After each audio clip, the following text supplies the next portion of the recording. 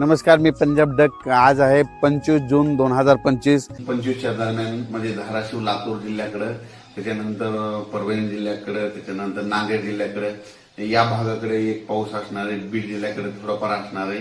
म्हणजे सर्वदूर जिल्ह्यात पडणार नाही, फक्त काही भागामधून पडून जाईल म्हणून हा अंदाज लक्षात।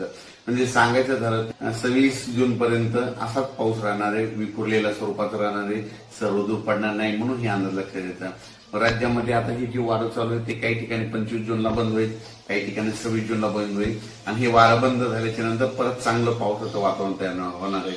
पण राज्यात मध्ये आता सर्वदूरचा एवढा पाऊस नाही, फक्त म्हणजे सांगायचं झालं तर कोकणात मध्ये सातारा जिल्हा, सांगलीकडला काही भाग, त्याच्यानंतर पुणे,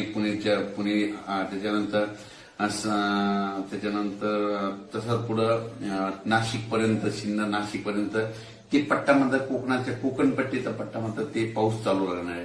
तिकडचा पाऊस काही कमी होणार नाही म्हणून हा अंदाज लक्षात येतं।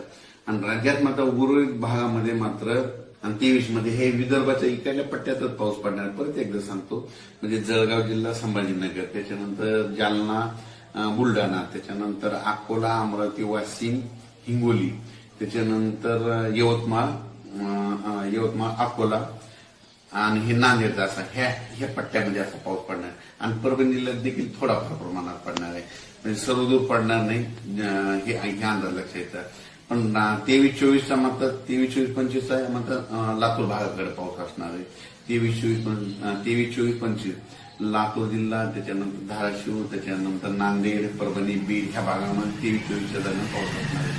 सर्वदूर असा काही पाऊस नाही, फक्त जिल्ह्यामध्ये कुठेतरी अर्ध्या भागामध्ये येऊन जाईल म्हणून हा अंदाज लक्षात येतात। अचानक वातावरणात बदल झाला तर लगेच शेतकऱ्याला एक उद्या मेसेज दिला जाईल। धन्यवाद।